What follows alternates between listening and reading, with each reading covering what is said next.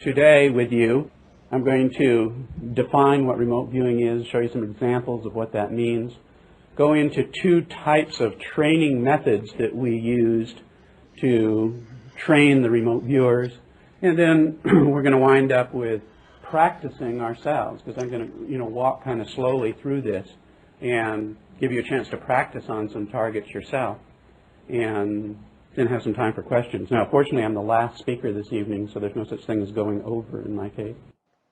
This definition is said to be the coined definition, coined by Stanford Research Institute.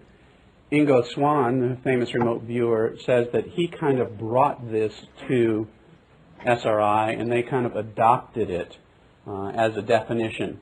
So what this means is that people seem to be able to perceive things that are outside the realms of their five physical senses. For example, if I was to ask you, where is John Schmutz right now, and I'm not going to tell you any more information than that, then you would have to kind of say, in your mind you dance around a little bit, I'll bet he's going to dinner, it's dinner time. No, I wonder where he is, and that's not remote viewing. Making guesses and analyzing where he might be is not remote viewing. Remote viewing seems to be the ability of some people to develop a knowingness, some sort of ball of knowingness. Sometimes it's visual information, sometimes it's sensory information, sometimes it is just a ball of information that says, listen, I know that's where he is. Well, how do you know? I just know that's where he is. The type of information, though, that this remote viewing person, a person with this human ability, tells you might not always match what you would get if you hired a private detective and say, well, go tell me where John Schmutz is right now. And you might say, oh, well, he's at the corner of 5th and Main in a restaurant having a hamburger. That isn't the kind and style of information that a remote viewer would provide you. He might say, well, I hear a lot of noise and I smell food and I think he's sitting down, so there'd be kind of this sketchy, broad-based information without any specific kind of deliberates to it. Now, how do you discover, how do you find out whether someone can do this?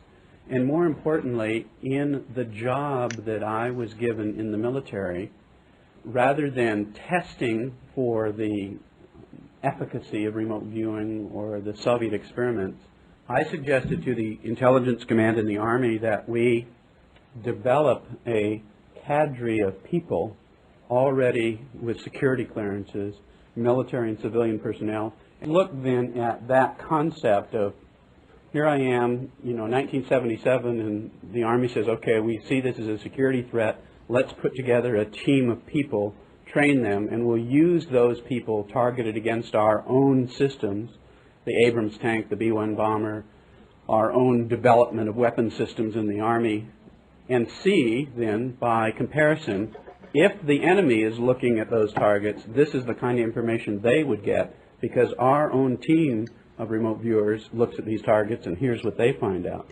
So it's a way to assess your vulnerability to this kind of a security threat. But you have to be able to train people to do this. So we went out and interviewed 109 different people, had 6 different traits that we looked for, personality type traits that we looked for. And then we set forth, by contracting with Stanford Research Institute, some tasks to train, in one sense, but in the other sense it was also kind of a screening kind of a thing.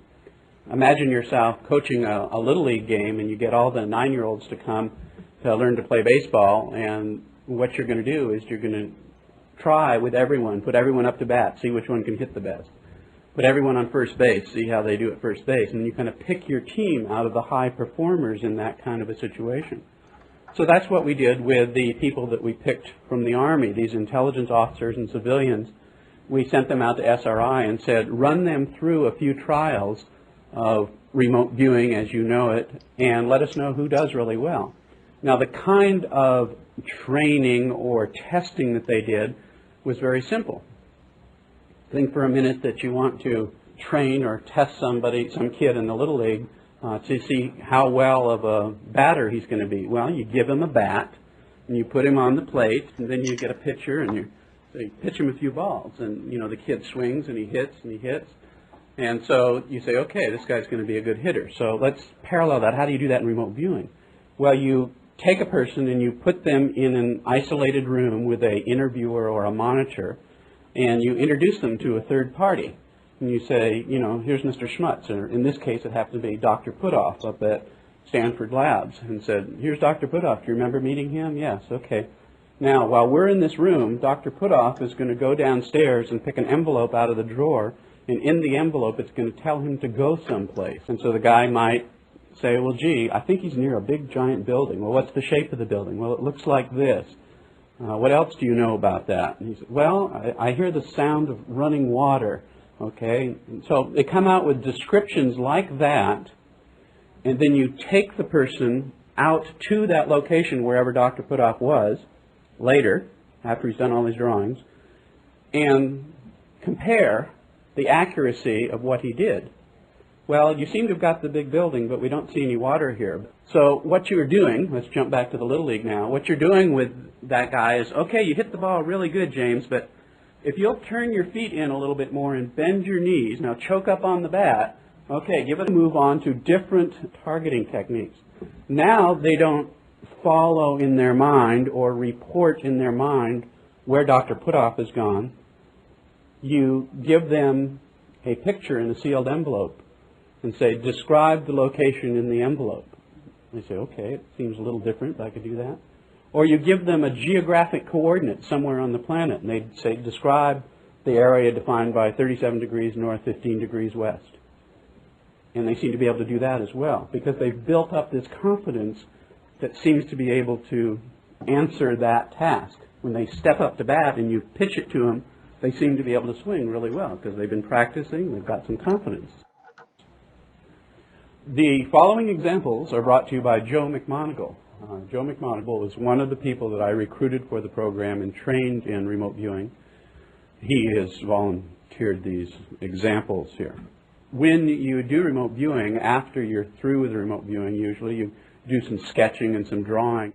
Here's what the results of his remote viewing of the location in the sealed envelope was all about. And we see here, you know, some sort of a structure that has lots of grids in it. He says everything's metal, used to raise and lower objects. He definitely says it's not for rockets. You know, we might think, well, first of all, maybe it's a rocket or a gantry kind of thing. Notice the kinds of things that the remote viewer picks up. The point of these examples is to show you that the remote viewer picks up some of the things and some of the essences. He's not going to tell you everything about it, but he's going to be able to tell you some things about it.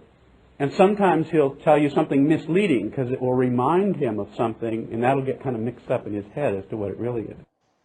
So in this case, this is what the object really was here. It was kind of a drilling platform out in the open. So let's look back at kinds of things. He had several elements, some trailers, some sort of high object. He actually says maybe a drilling platform, something tall and narrow, that kind of thing. Jump back in your minds now to 1977, when I was a young intelligence officer, and imagine I thought of this as being a military threat. If the enemy was able to do this, even that good, it presented some sort of a military threat. So that's how I got involved in this. Now the next example comes also from a sealed envelope. Now just to remind you, you sit in a room, an isolated room with an interviewer, or sometimes they call it the monitor, and then a remote viewer. Joe McMoneagle kind of liked to lay down and kind of get into a meditative state as he started his remote viewing, and then he'd go on and talk about the target, and then afterwards you'd interview him. Well, you remember when you said this, and you remember when you said that, and ask him to draw pictures after he verbalized everything. He drew this as a result of focusing on this picture in a sealed envelope. Again, let's put this in kind of a real-world scenario. If I said, well, we know that the drug shipment is coming in on such and such a situation, and we know the courier is going to meet, and they're going to meet at this particular location. So let's say, make up a name. His name is Jose Ramirez, and you say, we have a picture of Jose Ramirez from his drug arrests in the past, and we know he's going to do the pickup this time. So we put that in a sealed envelope, and we say, describe the location of this individual at 10 o'clock in the morning, but we don't know where it is. So we asked a remote viewer to tell us where that might be, and this is the information that he comes back with. You know, where's the crime going to take place? Can you tell from looking at this where it might be, where that might take place?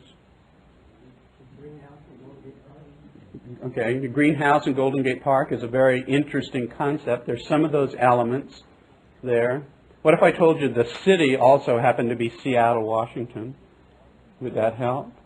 Okay, we always think of the needle, but this doesn't have, you know, tall and high and touristy, and it doesn't have some of the characteristic things. You know, if you were a police officer in Seattle and somebody gave you this drawing, could you figure out what they were talking about? What's that? King Dome Stadium, okay. What criterion does it meet? You're looking at the shape, but he says it's a glass dome, greenhouse, very wet, humid, confined, heavy, huge and overbearing. It confines plants or bird-like creatures. There's a place in Seattle that looks like this. I'm presenting this because it's an excellent example of remote viewing, but was it something valuable, something worthwhile? Did it have practical application to it, even though it's an excellent remote viewing? Now, what are the bird-like creatures? They're the fish swimming around in the water, you know, out there, you know. Has this been a kind of a good example for you, even though we have an excellent remote viewing? Okay. And what's important here is Joe is sticking to the rules of remote viewing. We don't want him to start guessing where this is. You know, you don't want to say, yeah, but where is he? I know, but where is he anyways? You don't want to drive the remote viewer into that kind of analysis, because then he starts guessing and say, well, I don't know, maybe it's the Space Needle. Yeah, that's a good idea. And he starts modifying his drawing and making it look more and more like the Space Needle. So the rules of going through the process of remote viewing have to do with not trying to make the statement or analyze where it is, just present your description. Okay, so here we are with a couple of examples of this kind of by the process of remote viewing, and you know that the initial training or orientation had to do with this local targeting, where Dr. Putoff would go out and you had to find Dr. Putoff or whoever it might be. Well, there came a time after a year or so that our remote viewers were getting pretty good, and they could respond to different kinds of targeting, and we began to use them with military-type targets, Army weapon systems, so forth and so on, and collect technical data. And it came time to say, well, how good could this get? What could we do to improve the performance of the remote viewers over this initial kind of thing, which was just kind of mimicking the stuff that was done at SRI? One of the things you might do with your Little League player then is you would start pitching him fastballs and start pitching him curveballs and start pitching him a slider to see how well he held up during that kind of a situation. So we gave them different kinds of targets, different challenges to remote view to see how good they could do. And out of that developed different skills and talents. Out of that developed people who did better at looking at nuclear targets, people who did better at looking at things that had to do with directions, look north, look south, describe what's under you. People who did better working with people, kind of a remote telepathy kind of a thing beyond remote viewing. So by challenging the skills, we were able to improve, just like pitching a fastball, pitching a curveball, so forth and so on. But we wondered whether or not there weren't techniques or refinements to the process of, well, just tell me where you think this is, that could be used with these people. These two things that we're going to talk about, first I'm going to talk about extended remote viewing, next coordinate remote viewing, have two entirely different philosophies behind them. But these were the things that we in the Army Intelligence Corps, when we started to train people in advanced kinds of training beyond this initial introduction, decided that we wanted to allow people to perhaps move in a direction which improved their performance. And you might think about that again in terms of teaching someone to play piano. Some people do really well at reading music, others like the chord system, others play by ear, and you don't demand that they go do the other one if they're doing really well in this one, if your mission is to create a musician in the end. You adapt to and provide them with that which nourishes the talent that they have.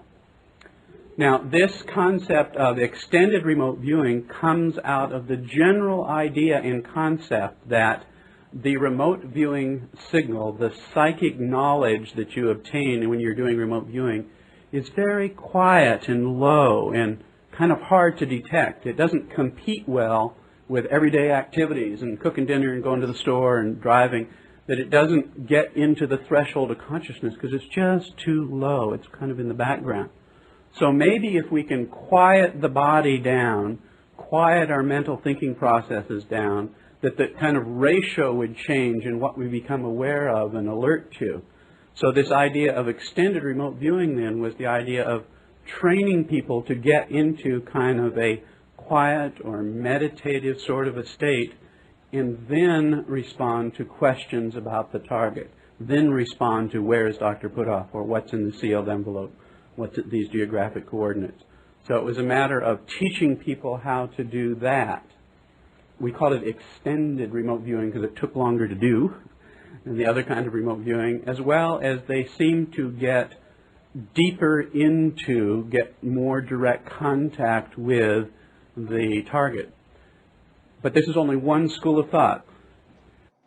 It starts out by having the viewer focus on a particular state of consciousness, describing what they perceive, and then after they're through describing, they kind of get up and you say, remember when you were talking about the so-and-so? Can you draw me a picture of that? Draw me a picture of that big building you talked about. And then you can kind of ask questions about that and see the pictures like we were seeing a minute ago in the examples.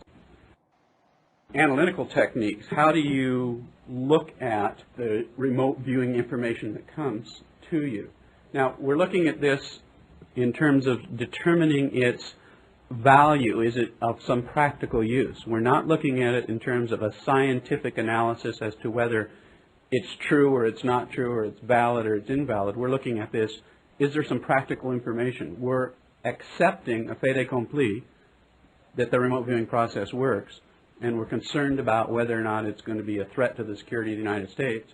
And so we're looking at the value of the information. And so what we do is to look at the data itself and compare it, compare the drawings with what we might have. Maybe we have some overhead satellite imagery and say, well, he seemed to be on target. He seemed to be describing the right area. We review his descriptive elements and say, well, he talks about trucks and he talks about people in uniform. Yes, that's correct.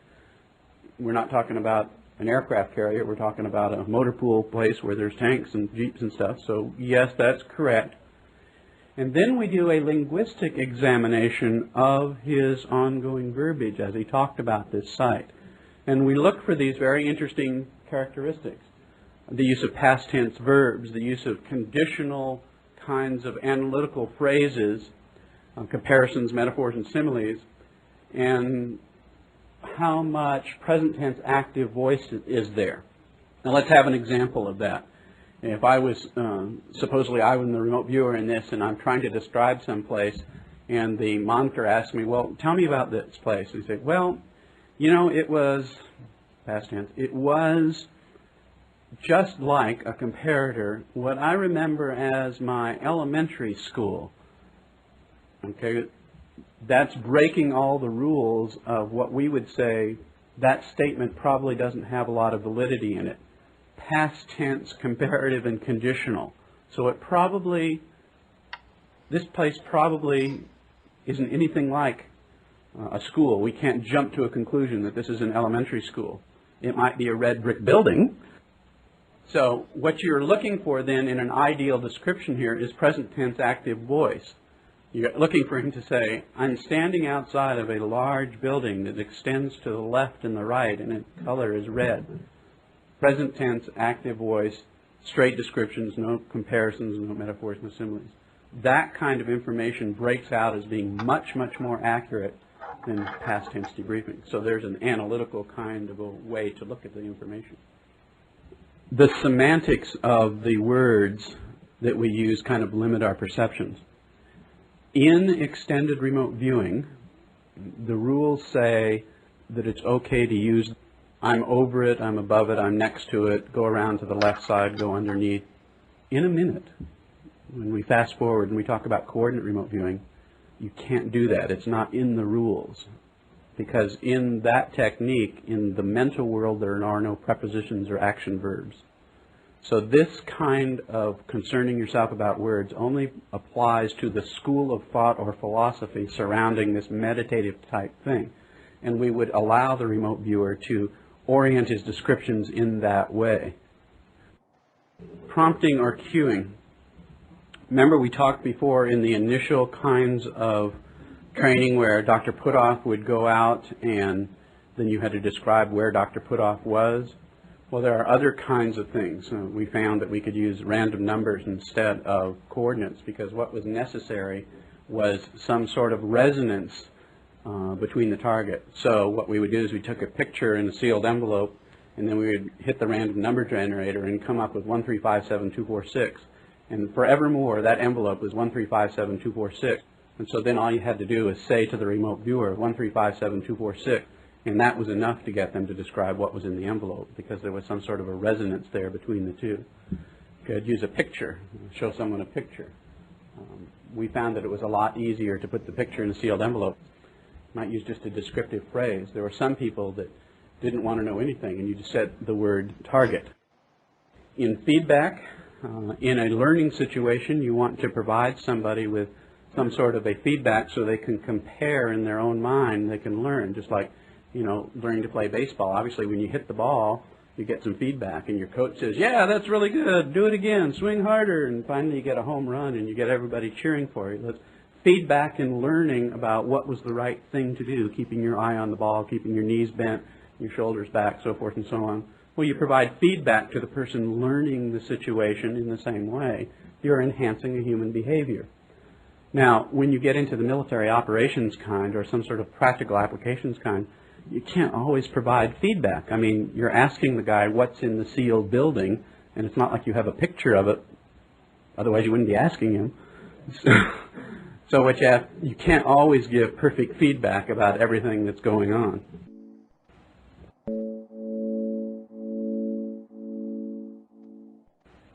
Try a remote viewing in this thing called extended remote viewing.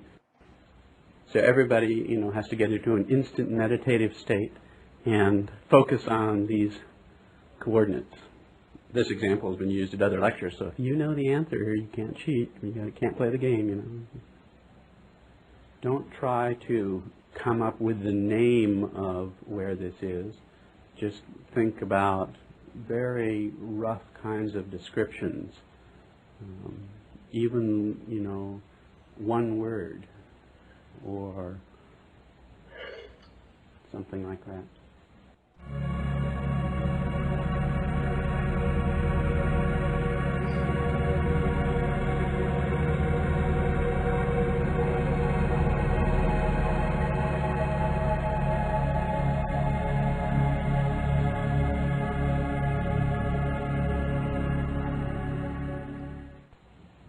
Okay, anybody want to share just a couple of impressions?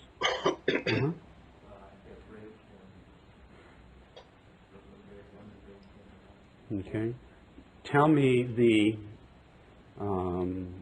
raw elements that make you say bridge. Water. All right. Water. Okay.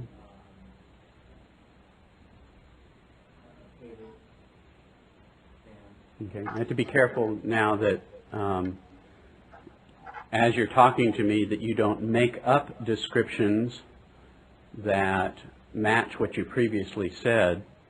There is a bridge right nearby this, so by challenging you in front of all these people, I'm just saying, don't make up a bunch of things that sound like a bridge. Just tell me the raw elements of. I mean, you go in your mind, go stand on the bridge and then look back at the target because I know there's a bridge nearby. Anybody else want to volunteer something?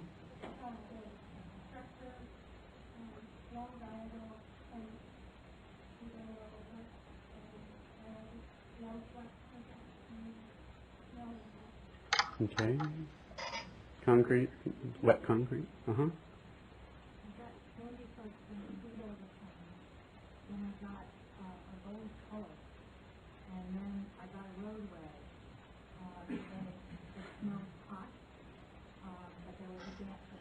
Okay, there's several people that think dampness or humidity or heat or water is nearby. I liked what you were doing with your hands. As we see when we get into coordinate remote viewing, there's the concept that this works through the autonomic nervous system, and so you might find yourself, well, you know, golly, I can't tell you what it is. You know, all the time you're drawing with your hands, kind of a thing. Any other volunteers? Uh-huh. Okay. Okay, what is the common element of bridges then? Something that spans something or goes from one point to another, you know. That's why sometimes you look at the raw data. I remember Joe McMonagle one time in a remote viewing out in Stanford Research Institute came right out and said, it's the beach, it's at the beach. And then finally Russell Targ wisely said, well, Joe, what is it that makes you think it's the beach? And he says, well, there's sand here. Joe, are there people in bathing suits? No. Do you hear the sound of the ocean? No. Then really all that's at the target is sand. Yes, that's right. I'm sorry, it's not the beach, it's sand. So we tend to run into our perceptions just really quickly, really fast. Turned out to be a brickyard with a big pile of sand, you know, where you go and mix your cement and stuff. And Joe had come down in all this sand and said, oh, I must be at the beach. No, you're in the pile of sand is what you're at, kind of thing. So we tend to run really fast with some of our concepts. This site was, look at your own remote viewing here, and it's the St. Louis Arch. This is a relatively easy target for people to get. I like to use it because it's a very dominant kind of shape, and it is right next to several bridges that cross over the river, and that has to do with orientation too. You have to think about the remote viewer might be standing with the, not by location standing, but perceptually standing with his back to the target, looking out and saying, oh, I see a big river and bridges across the river. I'll turn around. Oh, man, you should see that thing up there. You know, kind of thing. So it's a matter of understanding. You had a question? No, but I got the bridge and I got a tower, and now I see there is a tower. Oh, sure, sure.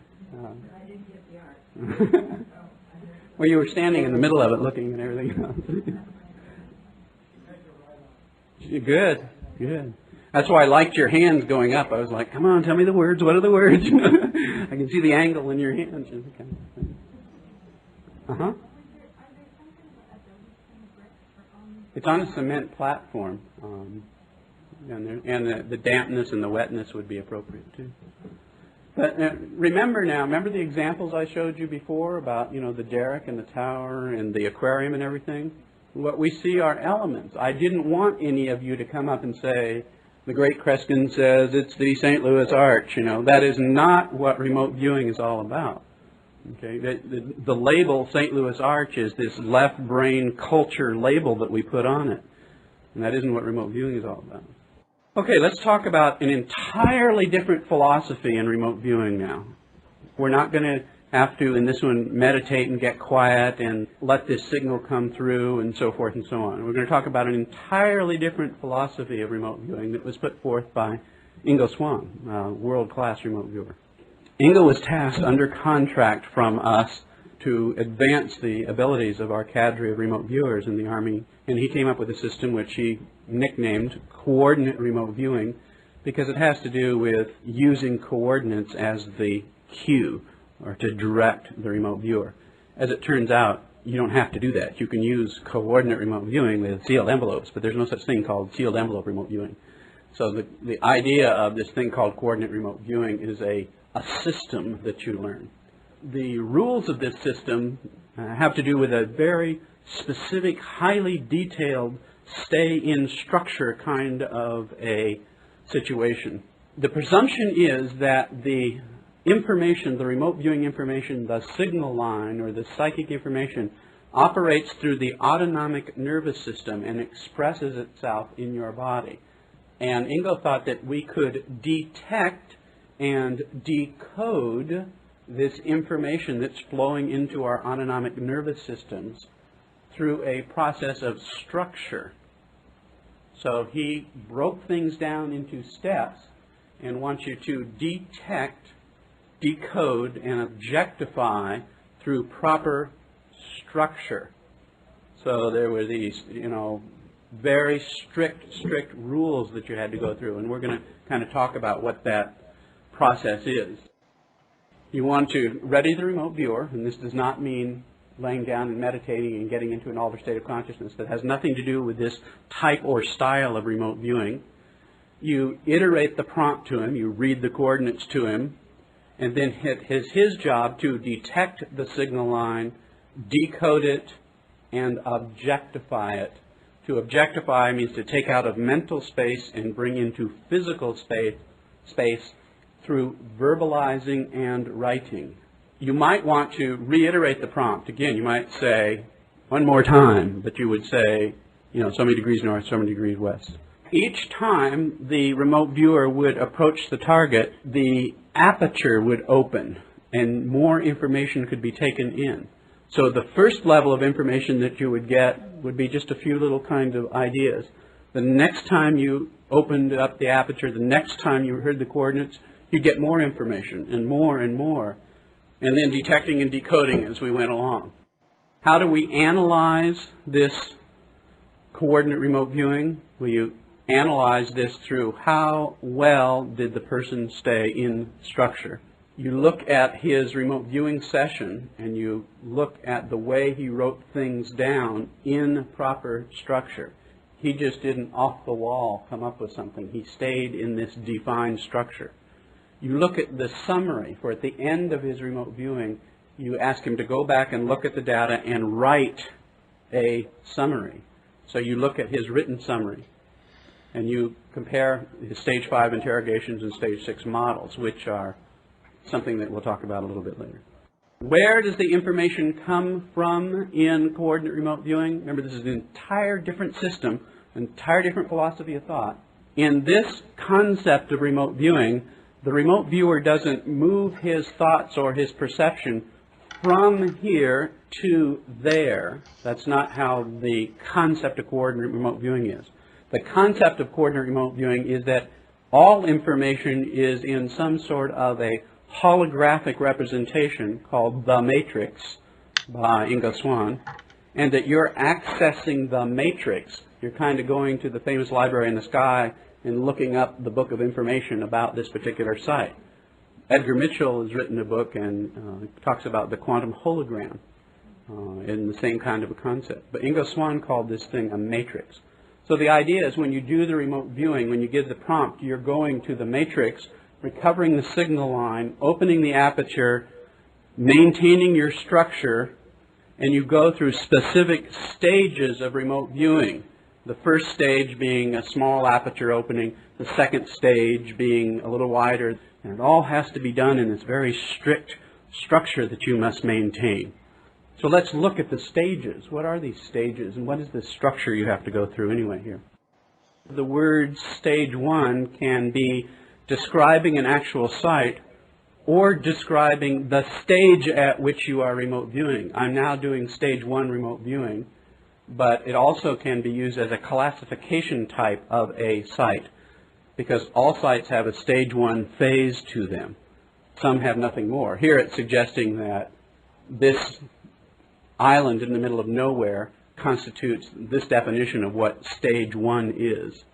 So you wouldn't use stage 4 remote viewing against this island because there just isn't a whole lot of information there, It's a stage 1 kind of a thing. Stage 2 sites are a little bit different, a little bit more complex, principally because they have different sensory kinds of characteristics. Stage 3 sites not only have the elements of stage 1 and stage 2, but they also have dimensional elements. Again, you can use the concept of stage to describe the site itself, or you can use it to describe the stage of structure in remote viewing. I'm now doing stage 3 remote viewing kind of a situation. Stage 4 has to do with qualitative kinds of things that happen at the target. Not only is this building really big and it's white and it's noisy, but it has people that are there all the time, and it feels like this, and it has old things in it. So these are qualitative kind of values that happen. Stage 5 remote viewing has to do with interrogating those particular elements that you picked up in Stage 4. So if in Stage 4 you said people, in Stage 5 I would ask you to put your pen down on the word people and tell me about those people. So it's interrogating the actual data that you got from Stage 4. And Stage 6 would be the ability to actually physically model in clay or other kinds of modes the actual site, an actual three-dimensional model of the site. So then it would show that some things have insides and outsides and height and depth and so forth and so on. The first thing you do is take in the signal information, the Stage 1 kinds of things, the overall gestalt of the thing. Think of the island situation. You're going to take in the Stage 1 essences of it. Now, everything has a Stage 1 essence or gestalt to it. And the way in which you detect and decode this is, first of all, taking an ideogram. You kind of put your pen or pencil on the paper, and there's always a very specific place on the paper where you write these things because you're training your Pavlovian dog yourself as to where things are on the paper, pull out always that same kind of information. So you put your pen down on the paper and you spontaneously make a little squiggle, which is called an ideogram in this particular case. You make a little squiggle. And then you objectify that little squiggle by saying the words, how it felt, the feeling motion of this. Was it hard and rough? Was it smooth and wavy? Going up, sideways, angular? What is the feeling motion of what your pen spontaneously did? And then you have a B value in this objectification, which is just kind of a quick stab. When I did this, and I crossed over wavy, the first thing that came in my mind was water. So it gives you a place to write that down. Again, in Stage 1, you open up the autonomic nervous system by putting down your pen on the paper. The person reads the prompt, the coordinate to you, and you squiggle on the paper. You don't decide ahead of time, I think I'm going to draw a squiggly line. You kind of let your hand do it itself, and while it's happening, you observe. You crossed over wavy, B, water. So that is the IAB sequence, the ideogram and the A and the B component of the sequence, which constitutes Stage 1. This is what it might look like. You read the coordinates over here, and you squiggle that, and while you squiggled that, you'd say, okay, A, a crossed angle up over a crossed angle down. B, structure. Okay, so this is an ideal kind of format. In Ingo Swann's technique, in the CRV technique, this is the only way to extract the information correctly. You must stay in structure. If you jump around, jump outside, you're going to get bollocksed up and it isn't going to be good information. But if you stay in structure, the information will be good. What about Stage 2? Stage 2 is sensory kind of input, all the senses that you can think of. Stage 2 is also always written in the center of the page. So you would take your Stage 1 information like this, and then you would move on to Stage 2, and you would write it down the middle of the page, this kinds of sensory information that you would pick up about the target. And again, I'm reiterating because I want you to get the impact of the way Ingo Swann taught this, okay? You must write these on the page in those places the same time each time, because you're kind of training your mind and your body and your autonomic system. When I put my pen here, out flows Stage 2 information. When I put my pen here, out flows an ideogram. When you do hundreds of these, you're training yourself, just like shooting baskets. You're training the muscles to be aware of, this is how high we jump, how hard we push when I'm standing here on the court. So it's the same kind of a situation if you're trying to train yourself. Stage 3 information, as you remember, had something to do with dimensionals. So these are the kinds of dimensional things that would come from the signal line that you would detect, decode, and objectify through the principles of structure. We're talking about a sketch. The way you display out Stage 3 dimensionals, some of them can be put down in 2, like in Stage 2, like the concept of tall And that might be a dimensional characteristics that you would trip out in two. When those, when you say red, sticky, hard, tall, well, the minute you start saying those kinds of things in your stage 2 descriptions, it's time to ease on over into stage 3. Moving on from that into stage 4, stage 4 displays a whole array of information. And you go to a new sheet of paper and you display on that all these different categories. You're going to first start with stage 2, then you're going to list kind of the words that are dimensional kinds of words, kind of stage 2, stage 3 kind of words. Sometimes they can be sketches. Then you're going to express aesthetic impact. What does aesthetic impact mean? Well, kind of the best description that I've been using for the last 20 years is no matter how well someone describes to you how neat the Grand Canyon is, when you walk up to the Grand Canyon, you look out and you go, wow, that's aesthetic impact. Okay? So that kind of thing that just, what Ingo would say, overwhelms the system is called aesthetic impact. So you write those things down on your paper, and he also says you take a break. You set your pen down and don't think about the target for a while because your system has kind of been flooded. It's kind of like, you kind of say, wait a minute, okay, I got to get readjusted again. So the aesthetic impact can kind of shut down the system. It's like when you walk over the Grand Canyon and you say, wow, and somebody's telling you, honey, take a picture. And you say, what? You're in the middle of the wow still. Emotional impact, the same way. There are sites that have heavy emotions to them. The Vietnam War Memorial, something like that, has a very emotional kind of impact to it. And if it can overwhelm you emotionally, then you write down, I feel so sad. And then you put your pen down and you kind of take a break and you wait till that sadness passes before you continue on.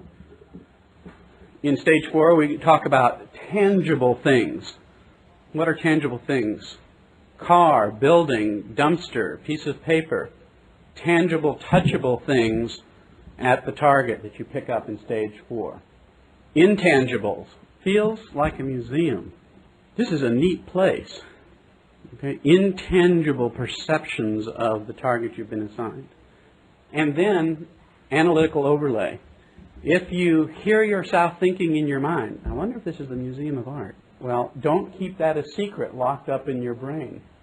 Objectify. Say and write on your paper, I wonder if this is the Museum of Art. Okay? Ingo felt that you must expel this from your system, else it gets stuck in there and becomes something called AOL drive, meaning you go out looking at the target for everything that would justify that it is the Museum of Art. And that's not what remote viewing is about. Okay? So when you hear that little tickling in your brain, you say and write on the paper, I wonder if this is the Museum of Art, and you write down AOL, meaning analytical overlay, and then you take a break. You set your pencil down and you say, okay. And then you go back into it so that you aren't driven by these concepts. There's also another that you call AOL signal. An AOL signal is a very ticklish kind of thing. It's like, I know this must be a swimming pool, okay? But maybe it's a lake, maybe it's a public swimming pool, maybe it, and you don't know, so it's AOL signal. It's a combination of things tickling your mind from memory, and yet it has every element that you know it must be something like that. This is really rarely used. AOL signal is something that people don't usually identify and break out. Now, in this system, you have a particular structure and way in which you must write this on your paper so that you train your system to respond. So you write across the top of your paper in stage 4 these little symbols, and then in those columns you write that information.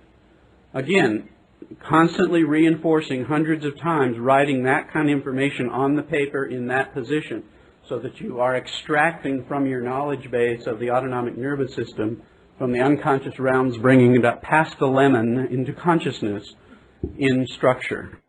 Now, let's take a look at an example of stage 5 remote viewing. Given the St. Louis Arch, now move 14.8 kilometers southwest of the St. Louis Arch. First thing you do is you write down, you say and write your IAB sequence, right? That's stage 1. This is the first thing you do when I say the words to you. Describe the location 14.8 kilometers southwest of the St. Louis Arch. This is what you do in stage 1 and stage 2. In stage 3, you give me a little structured drawing of that. Stage 4, this is the kind of thing that you get out of that in stage 4. In stage 5, what you do with a remote viewer is you ask him, now break out subjects and topics of people. Tell me more about people. Tell me more about the word official. And so he's interrogating his own perceptions of the site that way. That's called stage 5 remote viewing. When he's through with this session, you ask him to write out a summary. Go back through your structure, look through your structure, and now write in real sentences, write out what that whole thing says to you. You look at your structure and write me in sentences, what is this place? What does all that say to you? What have you found out about this site? So this is what this viewer's summary is here. And for the purposes of this slide, I went to the encyclopedia and got a picture of Ulysses Grant for this slide. So can you think back in your mind now to stages 1, 2, 3, and 4 and see where he kind of drew these conclusions and pulled that out of his perceptions? The feedback is this. It's a restored cabin built by Grant, maintained by the Anheuser-Busch Company as a historical site. Now, again, notice the remote viewer didn't come out and say, oh, I see, Anheuser-Busch is here. That's what this is, you know.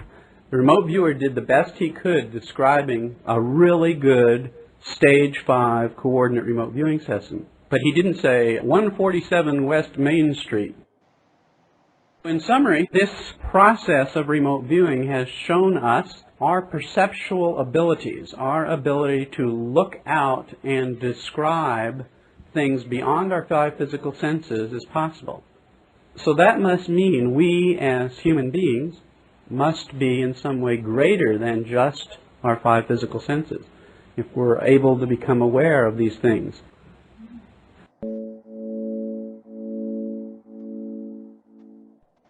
We get to play a little bit here. The next slide is, of course, the answer to this.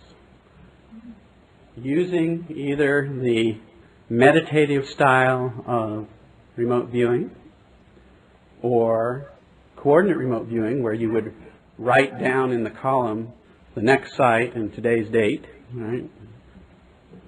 And see if you can get a stage 1 ideogram, the stage 2s, the dimensionals. Take a few minutes to do this, or enter into your favorite conducive meditative state of consciousness.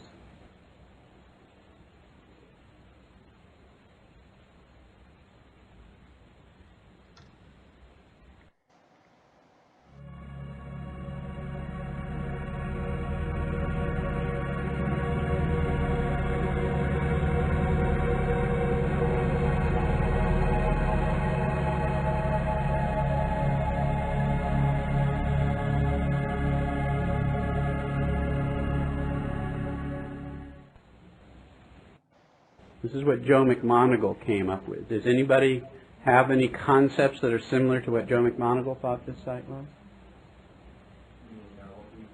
Yeah, is there anything that looks like this or different? Coming circular, and it's like a cone coming down this way. It's like there's almost like beams of light coming out of the central spot.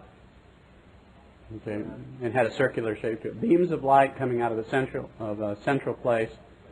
Forming a cone shape. Okay. So that circle up there. So that circle up there reminds you of that. Okay. Okay. Okay, good. Anybody else want to volunteer anything or see any similarities between what they perceived and what Joe McMoneagle drew here? A pine tree. Something tall, something pointed.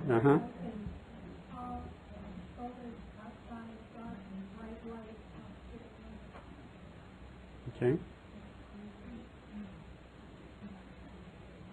Corrugated tin or something. Anybody else want to volunteer? Okay. Let's then focus on this. What did Joe say about this? he said it has tall and thin, reminded him of a lightning rod, had some sort of heavy base. It's definitely not a rocket. You know, after he draws it, and he says, gee whiz, that drawing looks like a rocket. And then he wants to write down for us, this is not a rocket. I didn't really need to draw a rocket here. So he wants to say that. There's concrete at the base, it's tall. And then there's a circular thing with a glowing area up there at the top. What do you think that could be up there? What would he try to describe? Lighthouse might be a concept. You were trying to describe something cone-shaped or something that was emanating something light, maybe. Okay? So it seems that remote viewers, even all of us in the room, are having a little difficulty with what's this thing at the top here? Why is it so hard to describe? What's the problem here?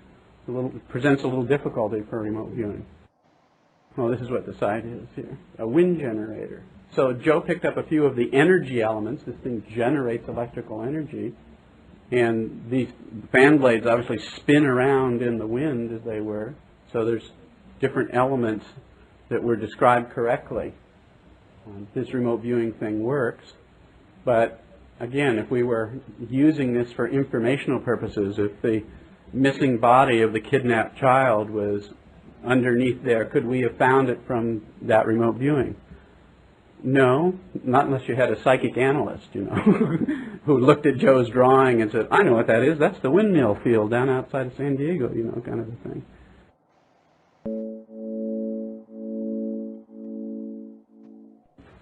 Let's do one last one, and then we'll open this for questions here. Where was I on August 14th?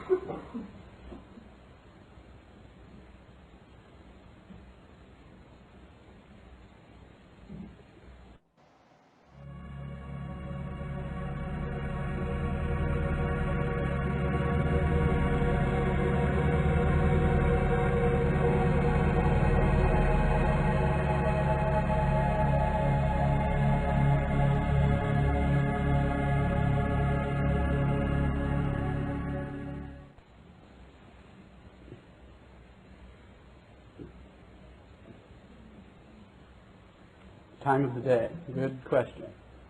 All day. Till about 5 o'clock in the afternoon. 9 in the morning till 5 o'clock in the afternoon. And don't think of that as being business hours, because I wasn't in my office. I'll give you a hint, I wasn't in my office. There are several analytical techniques of judging the validity and increasing the probability that you're collecting valid information from remote viewers, which is beyond the scope of this lecture that I'm giving here. But one of those ways is to use multiple sources. So let's start talking then about this. Let's share with each other and see whether or not we can pick up some elements from each other that might describe this. Does anybody have something they want to share? Some idea about? You were outside. Okay. Outside. You have two choices, outside or inside. Didn't have any horses. Mm-hmm. I saw something round, flexible. I didn't think of it as maybe a raft or an inflatable. I saw some kind of canyon. And then I filled in the pieces inside from the rear raft. Canyon. Yeah, filling in the pieces is dangerous. When he said canyon, what did you?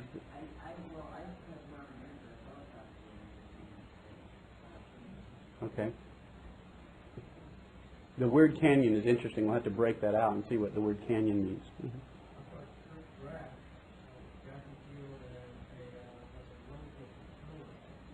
Oh, is it? I think the thrill part of it is correct. Anybody else have anything to volunteer? Canyon. Canyon to me says, walls. If you think of the Grand Canyon thing, if you think of walls, canyon having some sort of defined walls to it.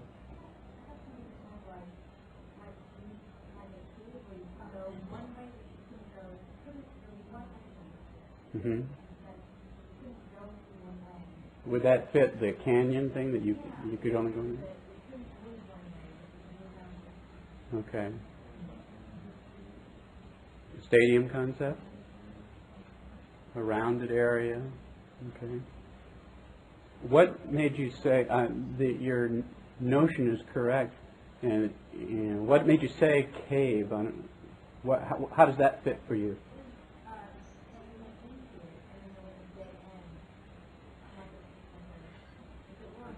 If it were a tunnel, you would go through the tunnel.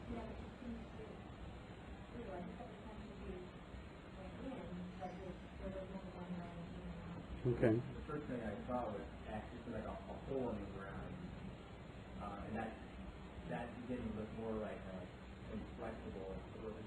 Okay. Right up The raft kind of concept, but a hole in the ground. Okay. We have a concept of a canyon or walls confining something. You know, you could look down a city street with buildings going up on either side and say, well, that's kind of like a canyon. I'm not saying I was in a city. I'm saying that that's the flavor of that kind of a percept that you're having. We have a statement of something that goes one way, a cave perhaps, where you could go down someplace and go into it, but you couldn't come back out again. So the walls of the canyon, or you go down a canyon, unless it's maybe a box canyon, you know, has no end to it. Any other kinds of, rather than, we've all been talking about dimensional kinds of shape things, any more sense of, was I excited, was I bored, what kinds of activities might have I been involved in when you think about August 14th? You know, we're kind of pushing the threshold now, challenging your perception. Anybody have any kind of sense or feelings about that? Anxiety?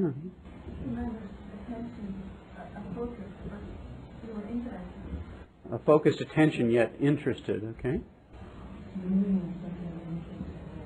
Moving in something ancient or old. That's kind of off the wall, because other people were saying excited or thinking. Moving in something ancient or old is kind of a strange thing to say. What made you say that? Do you understand how difficult my question is? You know, if you question a remote viewer and you say, well, what made you say that? And it's like, well, moving in something old, what was it? Looking at something old. Moving while I'm seeing it. Okay, interesting. That was really off the wall, different than the other ones. Pretty strange. What did you say? Going through some sort of motion? What made you... Color red, too, is important. Okay. I did get sunburned. Okay. This is the Pyramid of the Sun at Teotihuacan, Mexico. I spent the day in the ceremonial cave 100 meters underneath the Pyramid of the Sun in Mexico, listening to an ancient recreation of a Mayan ceremony. So there were some very interesting kinds of things that people said. Feeling of ancient things, caves, you can only go in one way. Very interesting things came up.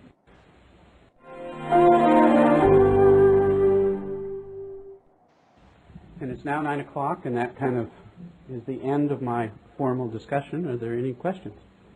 For those of you who are interested more in the military remote viewing program, you might try Jim Schnabel's book called Remote Viewers. Jim Schnabel was an investigative reporter, and he spent a couple of years going around and interviewing everybody he could find in the military program, and did a fairly accurate investigative report of the military remote viewing program, the one that I was involved in.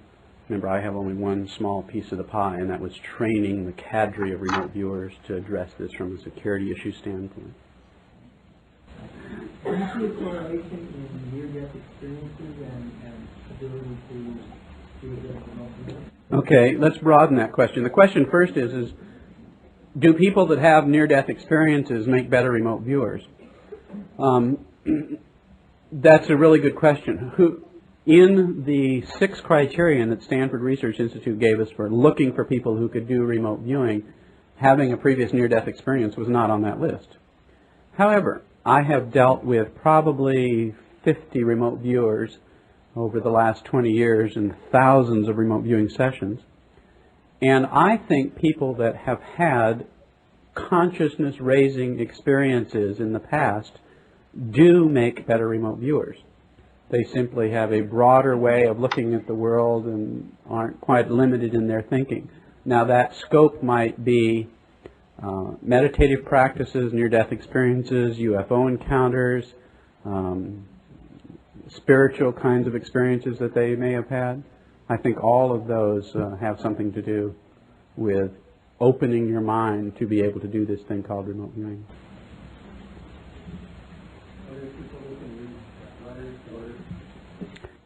Phonetics, reading, Ingo Swann called that stage 7 remote viewing, and he used to play with that in terms of racehorses, trying to get the racehorse names, and thought that would be a good way to test and develop the thing called remote viewing. Only the most senior remote viewers seem to be able to do reading like we think of reading letters, but it almost always, the evidence for that almost always comes out of some sort of a otherwise gestalt pattern, like the reading of an exit sign, or the reading of the word danger, or the reading of the word radiation.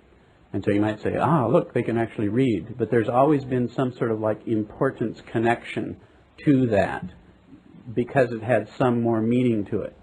Let's look at what letters and words are.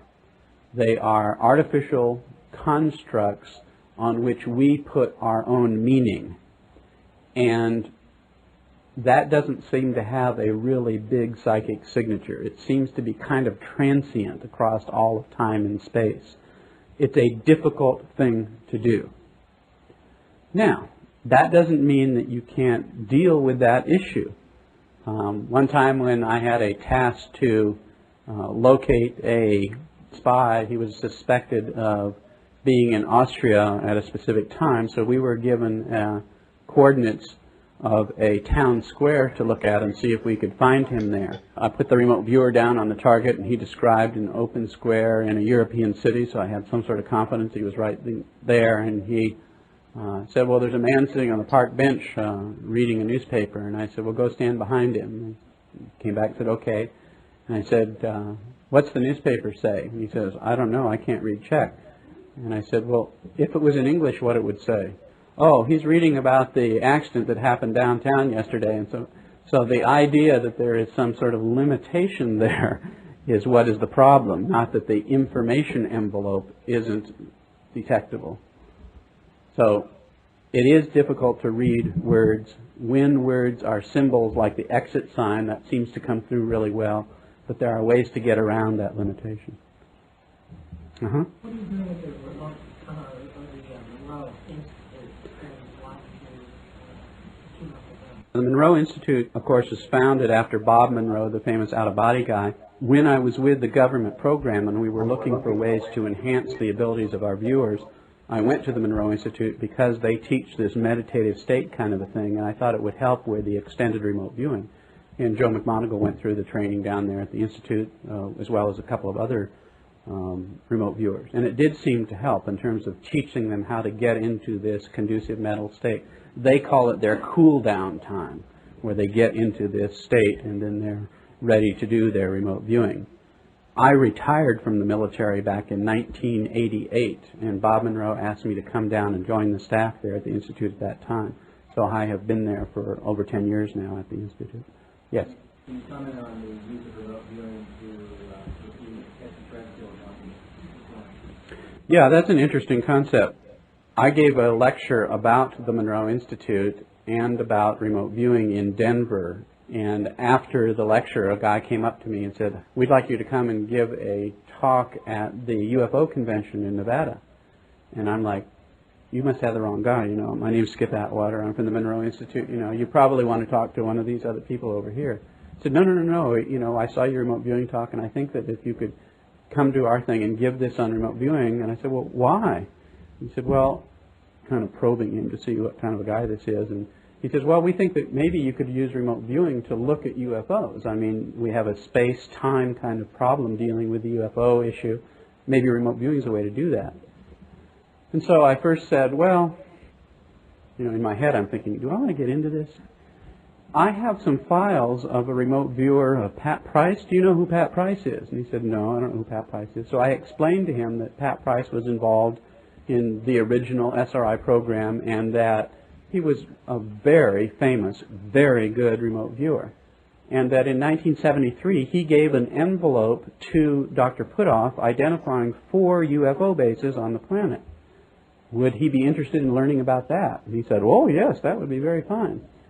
So I went home and dug out that old file about the 4 UFO bases and what Pat Price had said, which he did in 1973. Now in 1980, 1982 and 83, who was I? Well, in my past life experience, I was a military intelligence officer with a team of remote viewers. And I had also used the information that Pat Price gave us to check on those sites with my people as well.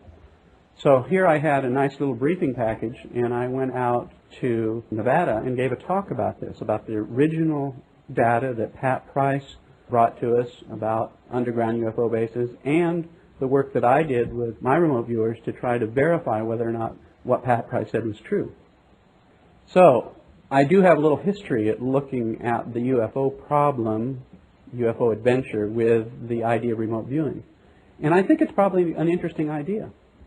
But let's not forget the limitations of remote viewing.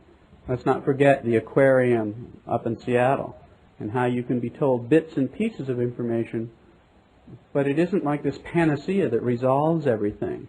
And in the military intelligence use, when you ask an intelligence question, you use multiple kinds of intelligence to answer that question. You might get overhead satellite imagery, you might get a spy recruited to work where this guy works, and you might tap his phone and so forth and so on. And so you do all of these things to answer the question that you want to know. And remote viewing is just one more of all of those things you could do to collect information.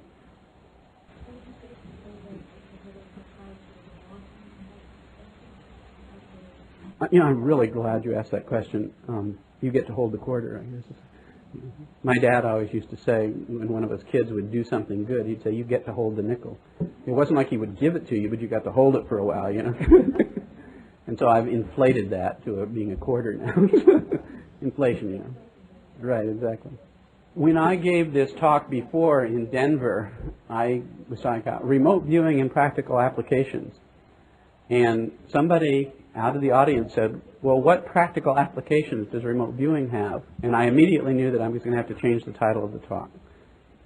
Because although there's lots of information and lots of interesting things you can do, and if you have let's stop a minute and do a sidebar. What practical value is being able to shoot a ball through a hoop?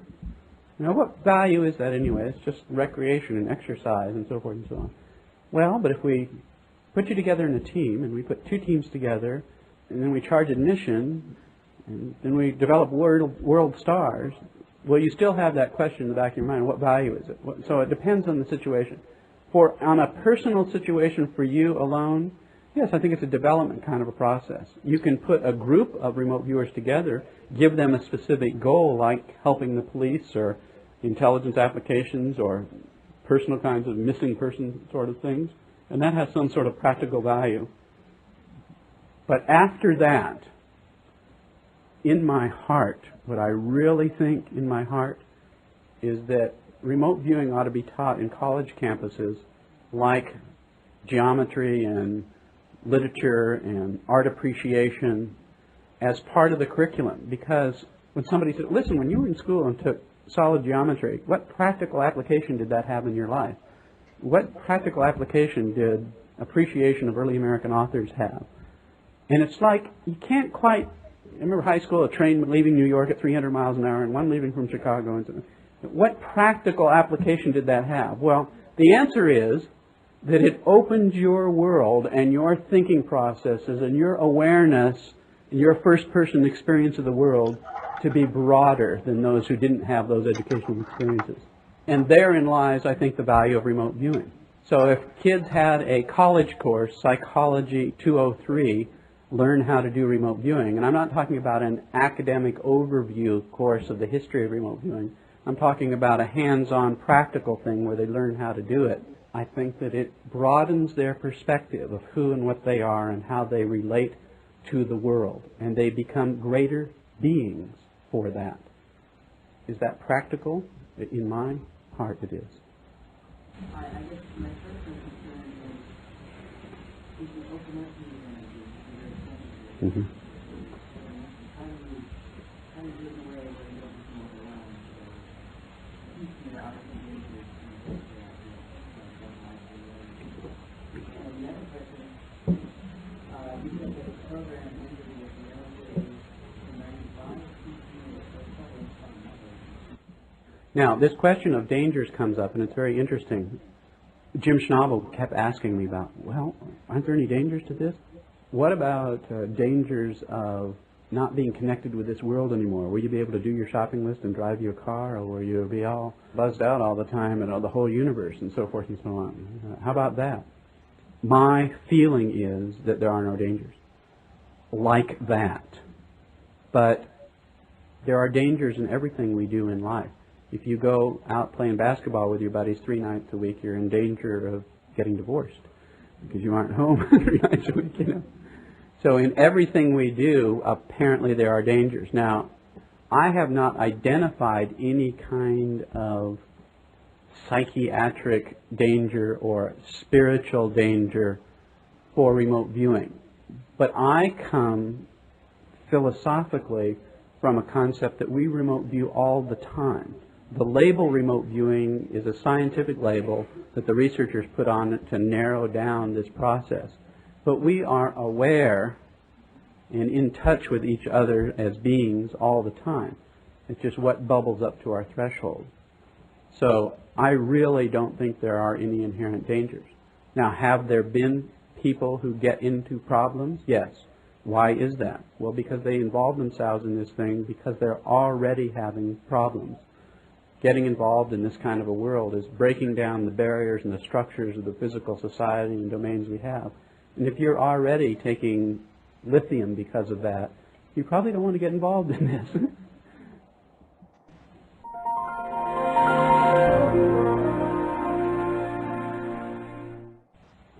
I'm kind of a metaphysical kind of guy, so again, I think of the evolving human consciousness. What are we becoming as human beings on the planet? What is it that we are evolving to? What is this thing called Earth Changes about? Why is it that we are all aware that we are on the leading wave of something that is about to happen? And I think by expanding and becoming greater beings through learning about things like remote viewing, learning about all these other technologies makes us more knowledgeable, makes us greater beings, and thereby contributes to this quantum change that we are leaping into. I think we're talking about the essence of who we are as conscious beings here, and that we are aware of things beyond our 5 physical senses. And getting back to Monroe world, we are more than our physical bodies.